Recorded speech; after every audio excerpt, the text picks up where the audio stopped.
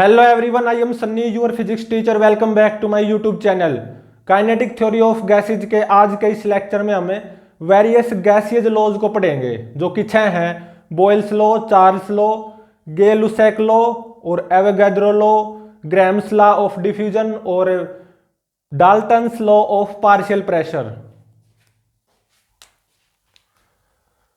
तो आज के इस लेक्चर में हमें 6 वेरियस गैसियस लॉज को पढ़ेंगे।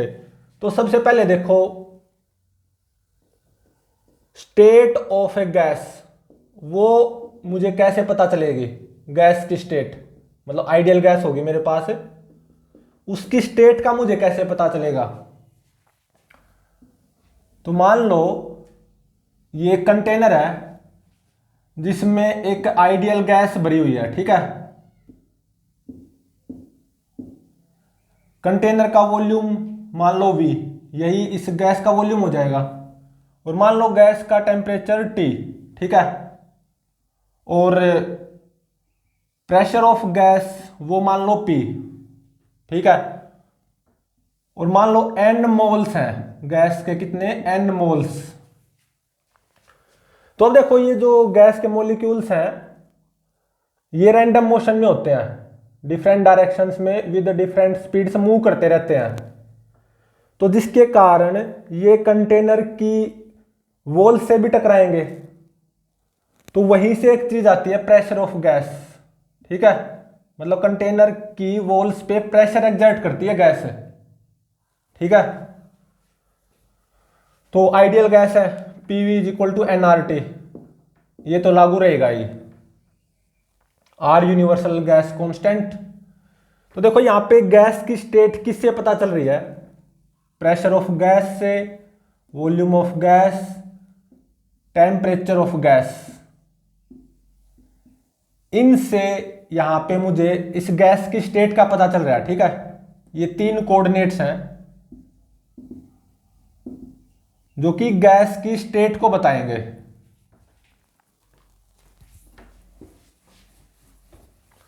अब देखो, हम 6 वेरियस गैसियस लॉज को पढ़ेंगे,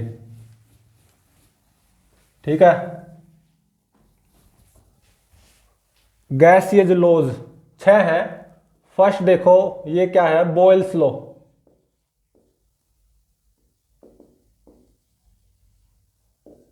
बॉयल्स लॉ ये पहला गैसियस लॉ है। तो इसमें क्या होगा? गैस का जो टेम्परेचर है ना, टेम्परेचर ऑफ गैस वो कांस्टेंट रहेगा, ठीक है। उस गैस के टेम्परेचर को हम कांस्टेंट रखेंगे और वो मैंने मान लिया T0, ठीक है। और मैंने गैस के अमाउंट को भी फिक्स कर लिया, मतलब number of moles, number of moles of gas वो भी मैंने फिक्स कर लिया N, ठीक है। तो अब देखो, मान लो गैस की एक स्टेट है मेरे पास P1 V1 T0, ठीक है। गैस की एक स्टेट तो ये है। गैस को मैं इस स्टेट से दूसरी स्टेट में ले जाना चाहता हूं, जहां पे प्रेशर होगा गैस का P2, volume V2, temperature of gas T0 ही रहेगा, ठीक है, बॉयल्स लॉ में। तो अब देखो, PV = nRT, ये आइडियल गैस इक्वेशन होती है। हम गैस को आइडियल ही लेके चलेंगे इस पूरे चैप्टर में, ठीक है। ये क्या होती है? Ideal gas equation. तो देखो यहां पे बॉयल्स लॉ में गैस का टेम्परेचर कांस्टेंट रहेगा, तो PV = nRT0। Number of moles of gas वो फिक्स है और गैस का टेम्परेचर वो क्या रहेगा? कांस्टेंट रहेगा, ठीक है। तो PV क्या आ गया? एक तरह से कांस्टेंट आ गया। तो यहां पे P एक तरह से किसके बराबर आ गया? nRT0 / V। nRT0 ये तो कांस्टेंट है क्योंकि गैस का टेम्परेचर क्या रहेगा? कांस्टेंट है। तो pressure of gas is inversely proportional to volume of gas, ठीक है। मतलब मैंने कोई गैस का अमाउंट फिक्स कर लिया, मतलब गैस के मोल्स एन मोल्स गैस है, ठीक है। और मान लो गैस का टेम्परेचर मैं फिक्स रखूंगा कांस्टेंट, तो pressure of gas will be inversely proportional to volume of gas, ठीक है। और मैं गैस को इस स्टेट से इस स्टेट पे ले गया, मान लो V2 V1 से ज्यादा है, तो अगर मैं गैस के वॉल्यूम को बढ़ाऊंगा ना, तो गैस का प्रेशर क्या होगा, घटेगा, क्योंकि pressure inversely proportional to volume of gas है। तो इसका मतलब प्रेशर घटेगा अगर मैं गैस के वॉल्यूम को बढ़ाऊंगा, मतलब P2 P1 से कम होगा, ठीक है। मीन्स एट कांस्टेंट टेम्परेचर, मतलब गैस के टेम्परेचर को मैं कांस्टेंट रखूंगा, pressure of gas is inversely proportional to volume of gas, ठीक है। और देखो मैं गैस को इस स्टेट से इस स्टेट पे ले गया, इनिशियल स्टेट से इस फाइनल स्टेट पे, गैस के टेम्परेचर को मैंने कांस्टेंट रखा टी नॉट, और मान लो मैंने गैस का वॉल्यूम बढ़ाया, मतलब V2 is greater than V1, तो गैस का जो प्रेशर है ना वो घट जाएगा, P2 P1 से कम होगा। तो देखो यहां पे 3 ग्राफ बनेंगे, PV में बनेगा, अभी बनाएंगे इसको, VT में बनेगा और PT में, ठीक है। तो अब देखो PV में कैसा ग्राफ आएगा, P इनवर्सली प्रोपोर्शनल है to volume of gas, P is inversely proportional to volume, तो कुछ ऐसा ग्राफ आएगा, ठीक है। और मैं गैस को इस स्टेट से इस स्टेट तक ले गया हूं, मैंने गैस का वॉल्यूम बढ़ाया है, V2 V1 से ज्यादा माना ना, तो गैस के वॉल्यूम को मैंने बढ़ाया है,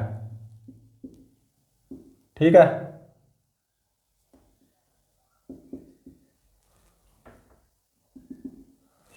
जब गैस का वॉल्यूम V1, तो गैस का प्रेशर P1, जब गैस का वॉल्यूम V2, तो गैस का प्रेशर P2। और मैं इस इनिशियल स्टेट से इस फाइनल स्टेट तक ले गया हूं गैस को, और V2 मैंने V1 से ज्यादा माना है, मतलब मैंने गैस के वॉल्यूम को बढ़ाया है, तो ऐसे गई है ना गैस, ठीक है। मतलब ग्राफ में बोल रहा हूं मैं, केवल इस पॉइंट से इस पॉइंट तक ले गया हूं मैं गैस को, गैस के वॉल्यूम को बढ़ाया, तो देख सकते हो गैस का प्रेशर घट गया, P1 से P2 हो गया, जैसे मैंने गैस के वॉल्यूम को बढ़ाया V1 से V2, गैस का प्रेशर P1 से घटकर P2 हो गया, ठीक है। तो अब देखो VT में कैसा ग्राफ आएगा, तो देखो गैस का टेम्परेचर तो फिक्स है ना T नोट, ठीक है। गैस का टेम्परेचर क्या है, कांस्टेंट है, T नोट, ठीक है। तो यहां पे क्या होगा, V1, यहां पे V2, ऑब्वियसली इस स्टेट से इस स्टेट पे ले गया हूं ना, गैस के वॉल्यूम को बढ़ाया है, V1 टू V2, गैस का टेम्परेचर क्या रहेगा, कांस्टेंट रखूंगा मैं गैस के टेम्परेचर को, ठीक है। और देखो PT में कैसा ग्राफ आएगा, टेम्परेचर तो गैस का कांस्टेंट रहेगा, ठीक है।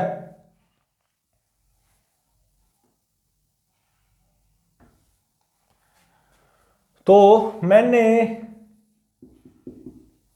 गैस के वॉल्यूम को बढ़ाया, जिससे गैस का प्रेशर क्या हो गया, घट गया, ठीक है। गैस का प्रेशर घट गया, तो यहां पे P1, यहां पे P2, P1 से घटकर कितना हो गया, P2, ठीक है। तो देखो ये जो आइसोथर्मल प्रोसेस है, ये आइसोथर्मल प्रोसेस है, क्योंकि गैस का टेम्परेचर मैंने क्या लिखा है, कांस्टेंट T नोट, और ये बॉयल्स लॉ है, जब मैं गैस के टेम्परेचर को कांस्टेंट रखूंगा तो pressure of gas will be inversely proportional to volume of gas. ठीक है,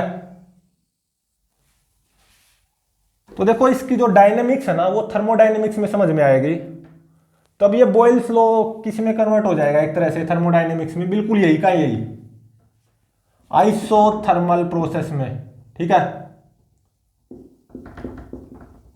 थर्मोडायनेमिक्स जो नेक्स्ट चैप्टर होगा उसमें इसी को पढ़ेंगे, गैस के टेम्परेचर को कांस्टेंट रखेंगे,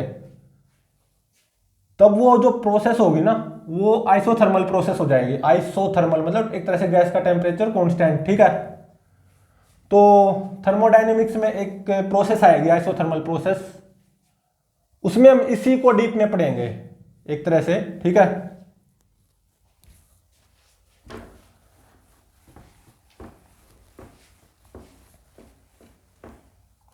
अब देखो सेकंड लॉ, वो क्या है, चार्ल्स लॉ।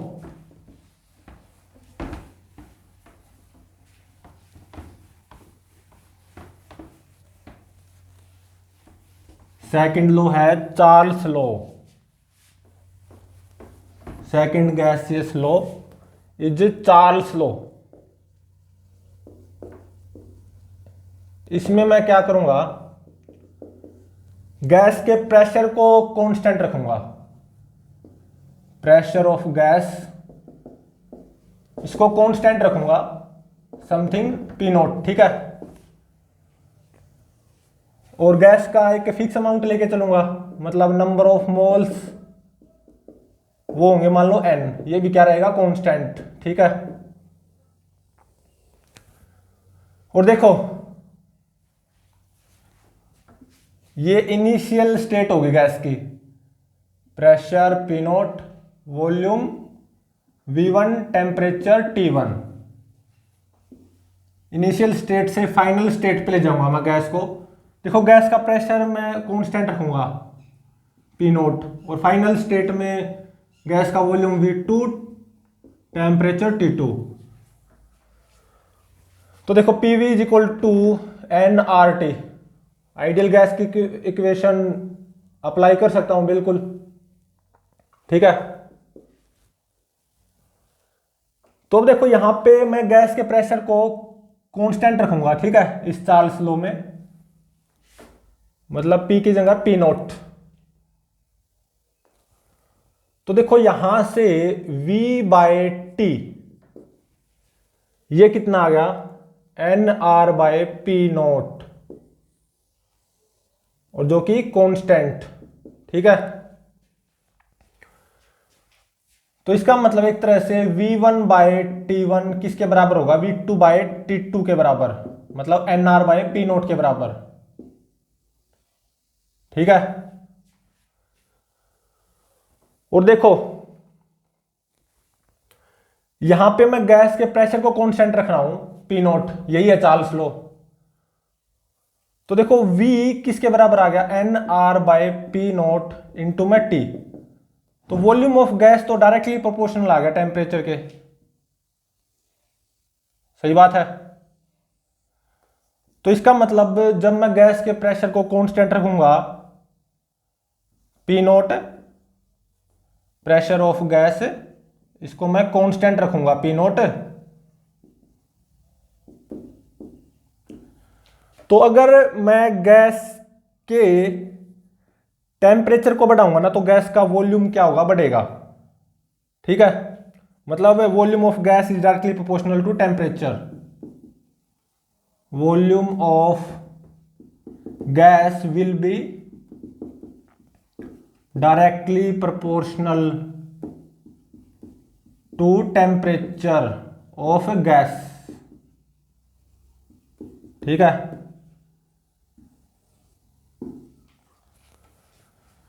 और अब देखो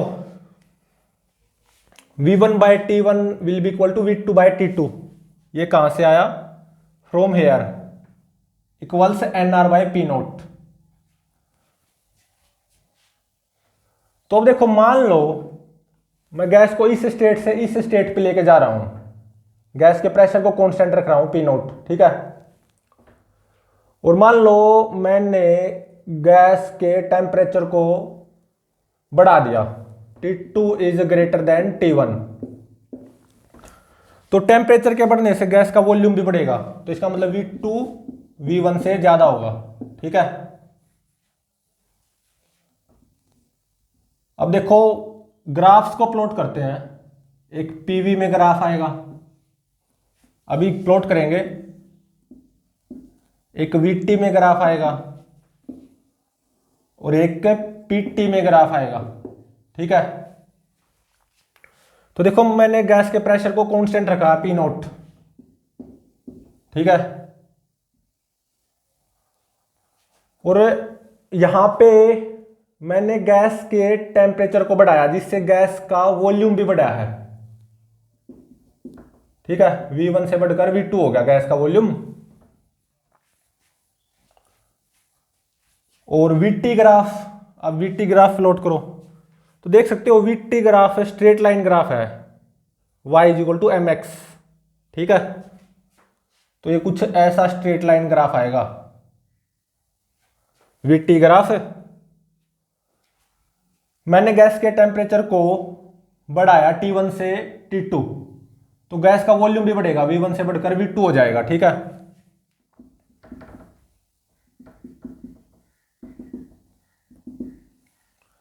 जब गैस का टेम्परेचर T1, गैस का वॉल्यूम V1, जब गैस का टेम्परेचर T2 फाइनल स्टेट पे, तो गैस का वॉल्यूम V2, तो गैस के टेम्परेचर को बढ़ाया तो गैस का वॉल्यूम भी बढ़ा, ठीक है। तो VT में ऐसा स्ट्रेट लाइन ग्राफ आएगा। अब PT में कैसा ग्राफ आएगा, देखो देखो गैस का प्रेशर तो कांस्टेंट है ना P नोट, ठीक है। और मैंने गैस के टेम्परेचर को बढ़ाया है from T1 to T2, gas के प्रेशर को कांस्टेंट रखते हुए P नोट, ठीक है। तो गैस ऐसे गई है इस ग्राफ में। तो देखो ये स्ट्रेट लाइन, ये भी स्ट्रेट लाइन, ये भी स्ट्रेट लाइन, तीनों ही ग्राफ स्ट्रेट लाइन आएंगे। तो अब देखो इसमें हम एक न्यूमेरिकल को सॉल्व करते हैं, चार्ल्स लॉ के ऊपर ही बेस्ड न्यूमेरिकल है। तो देखो सेम गैस पे मैंने 2 एक्सपेरिमेंट किए, ठीक है, और उनका मैंने VT ग्राफ प्लॉट किया, ठीक है।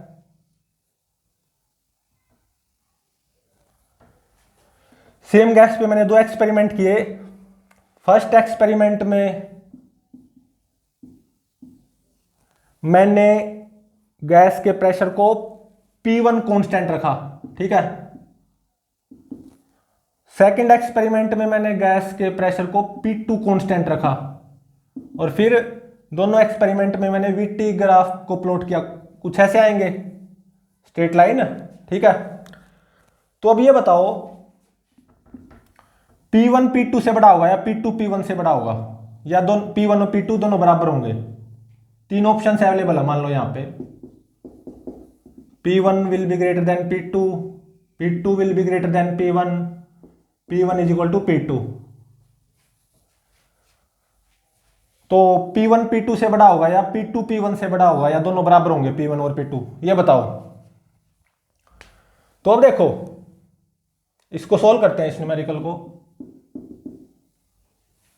यहां पे देखो जो स्ट्रेट लाइन की जो स्लोप है, ये जो VT ग्राफ प्लॉट किया है, स्ट्रेट लाइन आई ना, इस स्ट्रेट लाइन की जो स्लोप है वो क्या है, NR/P note, slope of a straight line. In straight line की स्लोप क्या आएगी, फर्स्ट एक्सपेरिमेंट में ये जो स्ट्रेट लाइन आई है VT ग्राफ, जब मैंने गैस के प्रेशर को P1 कांस्टेंट रखा तो स्लोप 1, ये क्या आई, NR/ में प्रेशर P1। और सेकंड एक्सपेरिमेंट में जब मैंने गैस के प्रेशर को P2 कांस्टेंट रखा और VT ग्राफ प्लॉट किया तो ये स्ट्रेट लाइन आई। तो इस स्ट्रेट लाइन की इस स्ट्रेट लाइन की जो स्लोप आएगी वो क्या आएगी NR/P2। ये एक्सपेरिमेंट नंबर 1, ये एक्सपेरिमेंट नंबर 2। ठीक है, तो सीधा दिखाई दे रहा है किस स्ट्रेट लाइन की स्लोप ज्यादा है। एक्सपेरिमेंट नंबर 2 में जो स्ट्रेट लाइन आई है VT ग्राफ में, इसकी स्लोप ज्यादा है, सीधी सी बात है।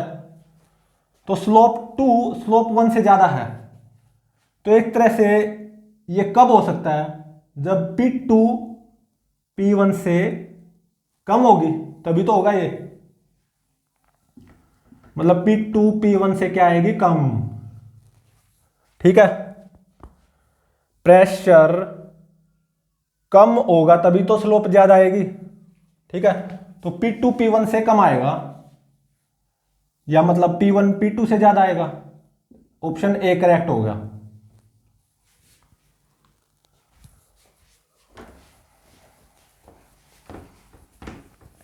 तो अब देखो थर्ड लॉ वो क्या है, Gay Lussac law.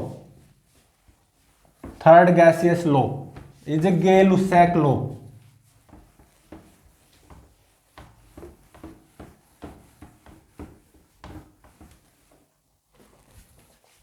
Third one is Gay Lussac law.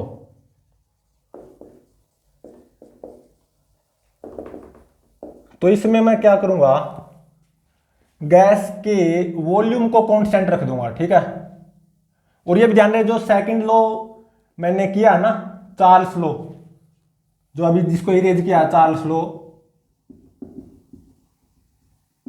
उसमें क्या था, गैस का प्रेशर को कांस्टेंट रखा था मैंने P0। ठीक है, तो क्या आया था आइडियल गैस इक्वेशन से, V/T NR/P0। ठीक है, मतलब volume of gas directly proportional to temperature. VT में स्ट्रेट लाइन ग्राफ आया था। अभी थर्ड वन को अभी करेंगे, लेकिन इसको मैं एक बार बता रहा हूं चार्ल्स लॉ को। थर्मोडायनेमिक्स जो नेक्स्ट चैप्टर होगा ना, जब उसमें हम गैस के प्रेशर को कांस्टेंट रखेंगे, उसको बोलेंगे isobaric process. Next chapter thermodynamics में हम इसको डीप में पढ़ेंगे बिल्कुल। ठीक है, मतलब एक तरह से इसकी डायनेमिक्स, मतलब वो थर्मोडायनेमिक्स में पढ़ी जाएगी। इसी को हम थर्मोडायनेमिक्स में आइसोबैरिक प्रोसेस बोलेंगे। ठीक है,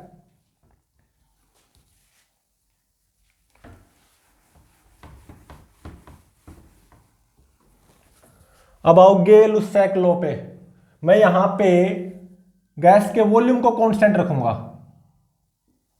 वॉल्यूम ऑफ गैस, इसको मैं क्या रखूंगा, कांस्टेंट, मान लो V0। ठीक है, और गैस के अमाउंट को भी फिक्स करूंगा। Number of moles of gas, वो मैं मान लो यहां पे N लेके चलूंगा, कांस्टेंट। ठीक है, तो देखो ऑब्वियसली आइडियल गैस है, तो ideal gas equation PV = nRT satisfy होगी बाय गैस। तो गैस के वॉल्यूम V, इसको मैं कांस्टेंट रखूंगा V0। तो V की जगह क्या हो जाएगा, एक तरह से V0। ठीक है, तो यहां से देखो P/T ये कितना आ गया, NR/V0, यही आया। तो यहां पे देखो P किसके बराबर आ गया, NR/V0 इंटू में T। NR/V0 ऑब्वियसली कांस्टेंट आएगा, क्योंकि गैस का वॉल्यूम मैंने फिक्स कर दिया, V0 कांस्टेंट।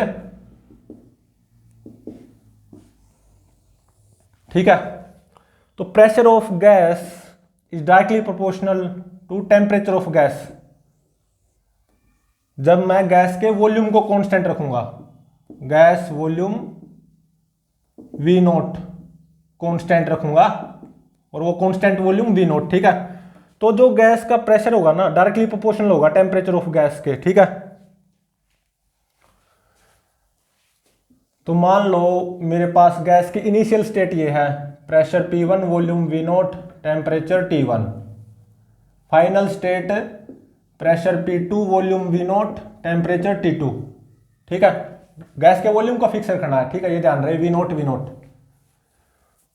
गैस को मैं इस इनिशियल स्टेट से इस फाइनल स्टेट पे ले गया, और मान लो मैंने एक तरह से गैस का टेम्परेचर बढ़ाया, मतलब T2 is greater than T1। तो यहां से देखो टेम्परेचर बढ़ाने से गैस का प्रेशर भी बढ़ेगा, तो एक तरह से P2 P1 से ज्यादा होगा, ठीक है। और देखो P1 बाय T1 किसके बराबर आएगा, एक तरह से P2 बाय T2 और NR by V naught from air is equal to constant, ठीक है।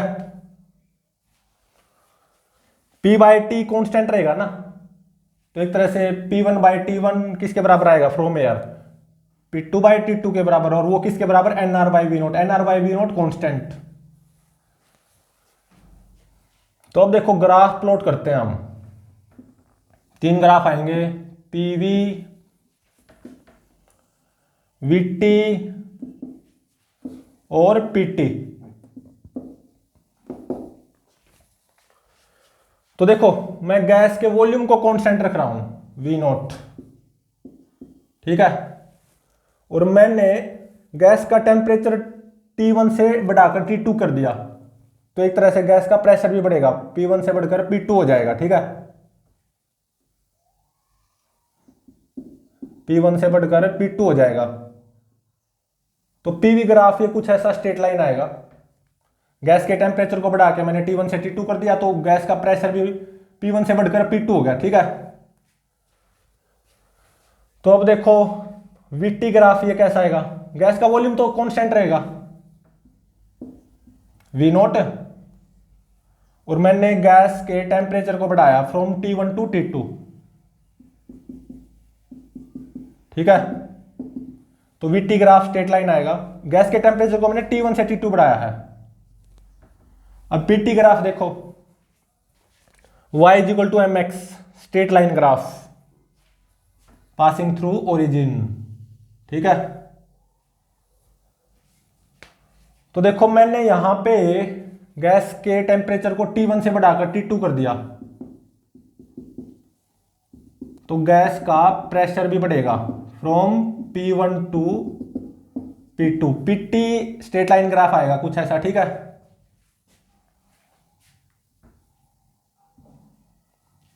टेम्परेचर को बढ़ाया ना मैंने गैस के T1 टू T2, तो गैस ऐसे जाएगी ना ग्राफ में, अगर मैं बोलूं तो अब देखो फोर्थ लॉ,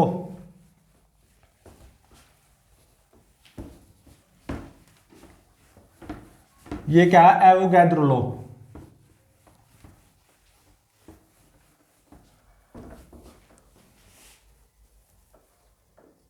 एवोगैड्रो लॉ ये क्या बोलता, देखो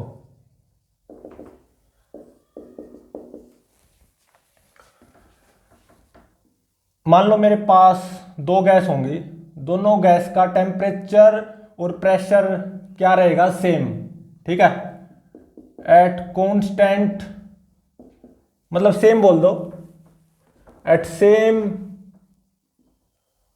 टेम्परेचर कोमा प्रेशर। मान लो मेरे पास 2 गैस होंगी अलग अलग, दोनों गैस का टेम्परेचर और प्रेशर क्या होगा, सेम, और मान लो वॉल्यूम भी सेम होगा दोनों गैस का, gas having same volume will have equal number of molecules, ये कहता है एवोगैड्रो लॉ। तो देखो कैसे, मान लो मेरे पास एक गैस ही है जो कि इस कंटेनर में बंद है, गैस का प्रेशर मान लो P, ठीक है, और वॉल्यूम ऑफ दिस कंटेनर या वॉल्यूम ऑफ गैस V, और टेम्परेचर ऑफ गैस मान लो T, ठीक है। मान लो ये गैस नंबर 1 है, और इस गैस के मोल्स है मान लो N1, ठीक है। एक दूसरी गैस ये है, दूसरे कंटेनर में एनक्लोज्ड है, गैस का प्रेशर P ही है, और इस कंटेनर का वॉल्यूम भी V ही है, मतलब गैस का volume V। Temperature of the gas T, ये सेकंड गैस है, ठीक है, और मान लो इस गैस के कितने मोल्स हैं, N2। ठीक है, तो दोनों गैस का प्रेशर भी सेम है, वॉल्यूम भी, टेम्परेचर भी। तो ये क्या बोल रहा है अगर लो, अगर ऐसा हो तो दोनों गैस के जो मॉलिक्यूल्स है ना वो सेम मिलेंगे। ठीक है, तो देखो मान लो इस गैस में नंबर ऑफ मॉलिक्यूल्स होंगे N1, और वो किसके बराबर होगा, N1 इंटू में Na। Na क्या है, एवोगाड्रो नंबर, यही तो होता है।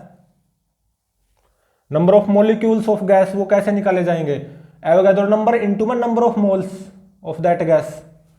मान लो इस गैस के नंबर ऑफ मॉलिक्यूल्स होंगे N2, ये किसको कैसे लिखा जाएगा, small n2 number of moles into में एवोगाड्रो नंबर Na। तो ये बोल रहा है कि N1 N2 के बराबर आएगा, एक तरह से मैंने इसको प्रूव करना है।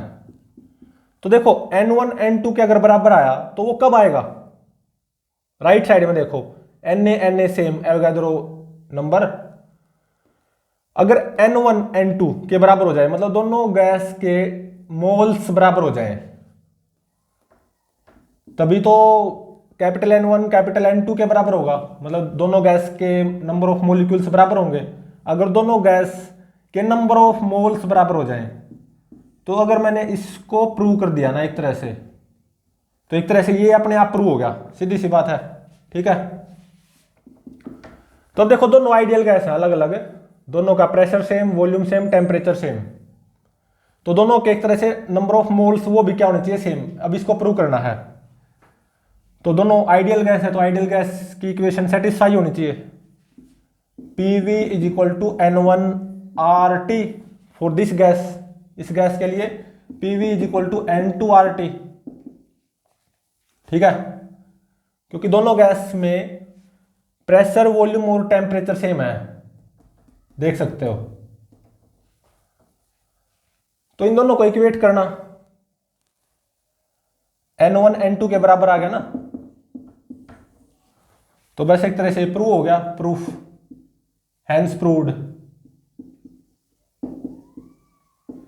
N1 N2 के बराबर आ गया, मतलब नंबर ऑफ मोल्स बराबर आ गए, तो एक तरह से सीधी सी बात है, दोनों के नंबर ऑफ मॉलिक्यूल्स, दोनों गैसेस के नंबर ऑफ मॉलिक्यूल्स वो भी बराबर हो गए, हैंस प्रूव्ड। ठीक है, अब देखो फिफ्थ गैसियस लॉ वो क्या है,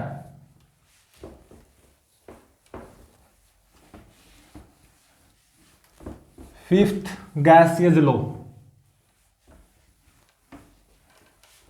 ग्राहम्स लॉ ऑफ डिफ्यूजन, ये है हमारा fifth gaseous law, Graham's law of diffusion. तो ये देखो क्या कहता है, मान लो एक कंटेनर ये है, ठीक है, और दूसरा कंटेनर ये है, ठीक है,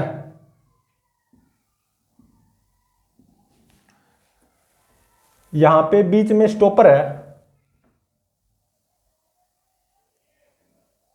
ठीक है, इस कंटेनर में गैस भरी हुई है, गैस नंबर 1, इस कंटेनर में गैस नंबर 2 भरी हुई है। ठीक है, मान लो इस गैस का प्रेशर है P और इस गैस का प्रेशर भी मान लो P है। ठीक है, ये गैस के मॉलिक्यूल्स है ना, गैस नंबर 1 के मॉलिक्यूल्स और ये गैस नंबर 2 के मॉलिक्यूल्स। ठीक है, तो मान लो इस गैस का प्रेशर P और इस गैस का भी प्रेशर P है। ठीक है, और मान लो इस गैस का टेम्परेचर T, तो इस गैस का भी टेम्परेचर T, मतलब दोनों गैस का प्रेशर और टेम्परेचर मैंने सेम मान लिए। ठीक है, और देखिए ये जो गैस के मॉलिक्यूल्स है रैंडम मोशन में होते हैं, दोनों गैस के मॉलिक्यूल्स क्या होंगे, रैंडम मोशन में। डिफरेंट डिफरेंट डायरेक्शंस में विद डिफरेंट स्पीड से लगातार मूव करते रहते हैं ना। और मान लो इस गैस के कितने नंबर ऑफ मोल्स हैं, N1, और मान लो इस कंटेनर का वॉल्यूम V1 है, और इस गैस के कितने नंबर ऑफ मोल्स हैं, मान लो N2, और इस कंटेनर का वॉल्यूम V2, मतलब इस गैस का वॉल्यूम V1, इस गैस का वॉल्यूम V2, ठीक है। तो दोनों गैस के मॉलिक्यूल्स ऐसे रैंडम मोशन में है, लगातार मूव कर रहे हैं with different speeds in different directions, ठीक है। बीच में स्टॉपर लगा रखा है मैंने ये, ठीक है। तो अब देखो, मान लो इस गैस की जो डेंसिटी है वो मान लो ρ1 है। ये क्या है, डेंसिटी ऑफ दिस गैस या डेंसिटी ऑफ गैस नंबर 1, और इस गैस की डेंसिटी है ρ2, ठीक है, density of this gas number 2। और देखो मान लो इस गैस की मॉलिक्यूल्स की आरएमएस स्पीड, इसको हम बाद में पढ़ेंगे, रूट मीन स्क्वायर स्पीड, वो है VRMS1, ठीक है। इसको हम बाद में पढ़ेंगे आरएमएस स्पीड क्या होती है। बस ऐसा समझ लो, गैस के मॉलिक्यूल्स की जो आरएमएस स्पीड है इस गैस के मॉलिक्यूल्स की, वो है VRMS1। इस गैस के मॉलिक्यूल्स की जो आरएमएस स्पीड है, रूट मीन स्क्वायर स्पीड, वो है मान लो VRMS2, ठीक है। और VRMS root mean square speed, ये √3p/ρ के बराबर होती है। इसको हम कहीं बाद में ड्राइव करेंगे, लेटर ऑन इसको ड्राइव करेंगे, बस इसको अभी के लिए याद रख लो, ठीक है। P pressure of gas, ρ density of gas, ठीक है। तो अब देखो, अगर मैं इस स्टॉपर को हटा दूं, स्टॉपर को मैंने रिमूव कर दिया, तो क्या होगा, इस गैस, ये गैस इसमें डिफ्यूज होना स्टार्ट होगी और ये गैस इसमें डिफ्यूज होना स्टार्ट होगी। सही बात है, बिल्कुल। स्टॉपर मैंने हटा दिया ना, ये गैस ऐसे डिफ्यूज होना स्टार्ट हो जाएंगे। तो मान लो इस गैस की जो रेट ऑफ डिफ्यूजन होगी ना इन सेकंड गैस, वो R1 होगी, rate of diffusion of gas number 1, जब मैं इसे स्टॉपर को हटाऊंगा। और इस गैस की जो रेट ऑफ डिफ्यूजन होगी वो मान लो R2 होगी, ठीक है। तो ये ग्राम्स लॉ ऑफ डिफ्यूजन क्या बोलता है कि ये जो रेट ऑफ डिफ्यूजन होगी ना, ये इनवर्सली प्रोपोर्शनल होगी to the density of gas. Stopper को हटाया मैंने, ये दोनों गैस एक दूसरे में डिफ्यूज होना स्टार्ट होंगे, मिक्स होना स्टार्ट होंगे, बिल्कुल। मान लो इस गैस की रेट ऑफ डिफ्यूजन R1, इस गैस की रेट ऑफ डिफ्यूजन R2, तो rate of diffusion will be inversely proportional to density of gas to square root of density of gas in fact, ठीक है। मैंने स्टॉपर को हटाया, दोनों गैसेज एक दूसरे में डिफ्यूज होना स्टार्ट होंगी, तो जो रेट ऑफ डिफ्यूजन है ना वो इनवर्सली प्रोपोर्शनल होगी to square root of density of gas. तो एक तरह से अगर मैं इसको बोल लूं, जो कि ग्राम्स लॉ ऑफ डिफ्यूजन बोल रहा है, R1/R2 ये किसके बराबर आएगी, under the root of √2 by में ρ1, ठीक है। इसको मैंने यहां पे प्रूव करना है। चलो अब इसका प्रूफ देखो, प्रूव करते हैं अब इसको, अब हम ग्राम्स लॉ ऑफ डिफ्यूजन को। तो देखो, जब तक मैंने स्टॉपर को नहीं हटाया था, इस गैस का pressure P, volume V1, temperature T, number of moles N1, ठीक है। और इस गैस की डेंसिटी ρ1। जब तक मैंने स्टॉपर को नहीं हटाया था, ये डिफ्यूज होनी स्टार्ट नहीं हुई थी। इस गैस का pressure P, temperature T, volume V2 और नंबर ऑफ मोल्स N2। ठीक है, इस गैस की डेंसिटी ρ1, इस गैस की डेंसिटी ρ2। ठीक है, तो अब देखो, अब मैंने स्टॉपर को हटा दिया, रिमूव कर दिया, तो दोनों गैस एक दूसरे में डिफ्यूज होना स्टार्ट होंगे। तो R1/R2, तो देखो रेट ऑफ डिफ्यूजन किस गैस की ज्यादा होगी? जिस गैस के मॉलिक्यूल्स की आरएमएस स्पीड ज्यादा होगी। सीधी सी बात है, इसको कोई भी समझ सकता है। मान लो इस गैस के मॉलिक्यूल्स की आरएमएस स्पीड ज्यादा है, इस गैस के मॉलिक्यूल्स की आरएमएस स्पीड से ज्यादा, तो इस गैस की जो रेट ऑफ डिफ्यूजन होगी ना इनटू सेकंड गैस, वो ज्यादा होगी एज कंपेयर टू इस गैस की rate of diffusion into this first gas. तो R1/R2 एक तरह से किसके बराबर आएगा? VRMS1 divided by VRMS2। इसको कोई भी अंडरस्टूड कर सकता है। ठीक है, और देखो VRMS1 फ्रॉम दिस, ये किसके बराबर आएगी? √3p में ρ1। और VRMS2 फ्रॉम दिस, ये किसके बराबर आएगी? √3p/ρ2। इन दोनों की वैल्यूज यहां पे पुट कर दो, तो R1/R2 ये किसके बराबर आ गई? √3p में ρ1 डिवाइडेड बाय √3p/ρ2। सही बात है। तो √3p से √3p कैंसिल हो जाएगा, तो कुल मिला के आएगा √2 में ρ1। तो प्रूव कर दिया मैंने, हेंस प्रूव्ड। यही तो प्रूव करना था। Rate of diffusion will be inversely proportional to square root of density of gas.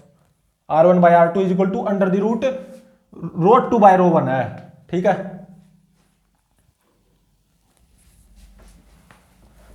तो अब देखो सिक्स्थ लास्ट गैसियस लॉ। ये क्या है? Dalton's law of partial pressure.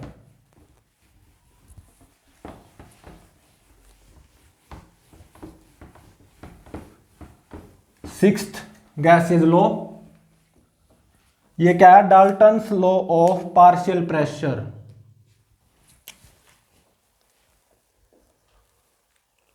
Dalton's law of partial pressure. ठीक है, ये क्या कहता है? अब इसको समझो। तो देखो, मान लो ये कंटेनर है जिसका वॉल्यूम V है, इस कंटेनर का। इसमें एक गैस बंद है, इस गैस का pressure P1, volume of this gas V हो जाएगा कंटेनर के वॉल्यूम के बराबर। और मान लो इस गैस का टेम्परेचर है T। ठीक है, मतलब ये गैस नंबर 1 है। और मान लो इस गैस के नंबर ऑफ मोल्स हैं N1। ठीक है,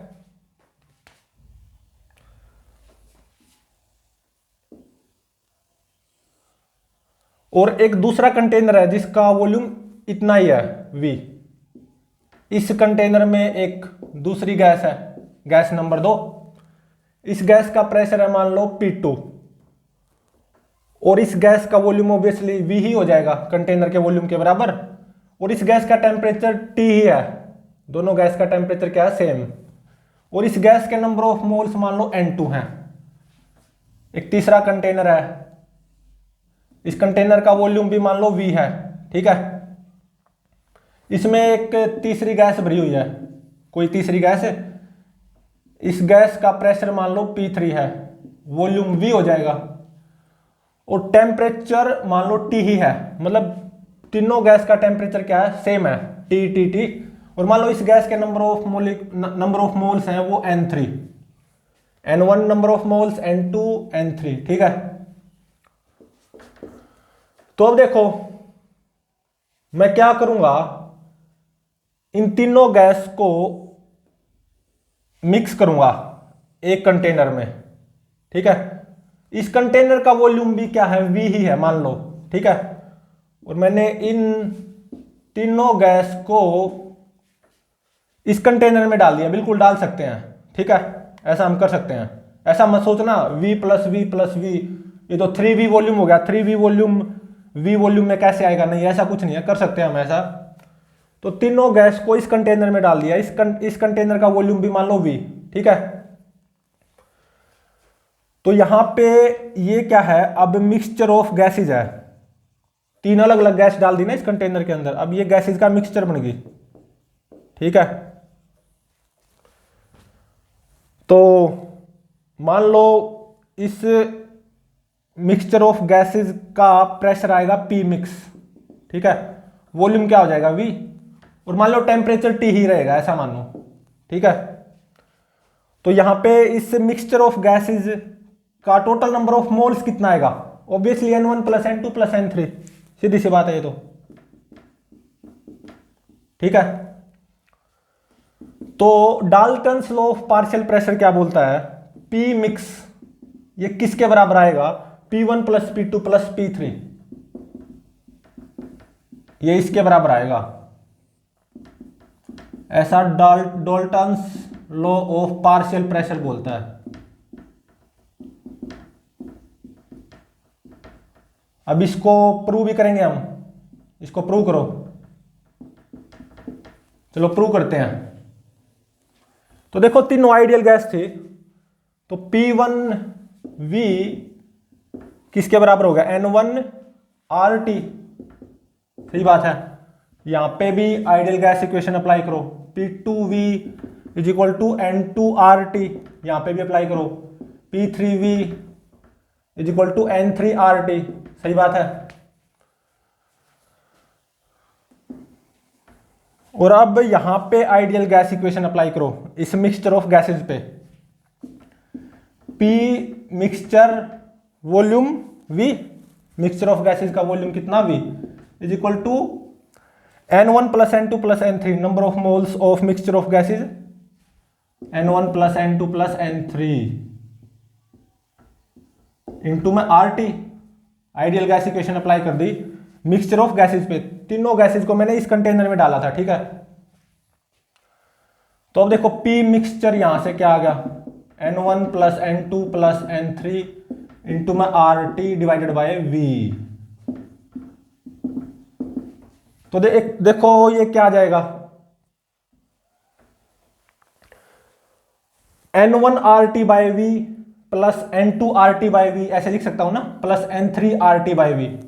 N1RT बाय V की वैल्यू वो क्या आई P1, plus N2RT by V value आई P2, plus N3RT by V value आई P3। प्रूव कर तो दिया, हैंस प्रूव्ड, ठीक है। तो अब इसका मतलब समझो, Dalton's law of partial pressure क्या बोल रहा है, pressure of mixture of gases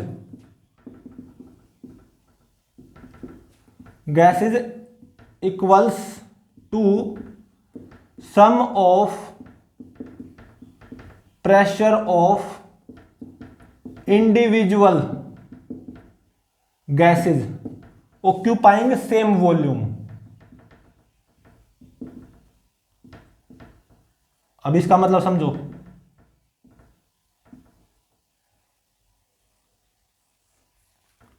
pressure of mixture of gases मतलब पी मिक्स किसके बराबर है, sum of pressure of individual gases occupying same volume. तो देखो यहां पे ये गैस थी, मिक्स करने से पहले वॉल्यूम V ही था, आफ्टर मिक्सिंग वॉल्यूम V ही, तीनों गैस को मैंने मिक्स किया, वॉल्यूम V ही है, ठीक है। तो यहां पे मिक्सचर ऑफ गैसेज का जो प्रेशर आएगा ना P मिक्स, वो किसके बराबर आएगा, equals to sum of pressure of individual gases occupying same volume V, same volume V, same volume V। यहां पे जो प्रेशर आएगा ना इंडिविजुअल गैसेज का P1 P2 P3, इनका सीधा सम है, ठीक है। मिक्सचर ऑफ गैसेज का जो प्रेशर आएगा पी मिक्स, वो इन तीनों के सम के बराबर होगा, P1 plus P2 plus P3, ठीक है।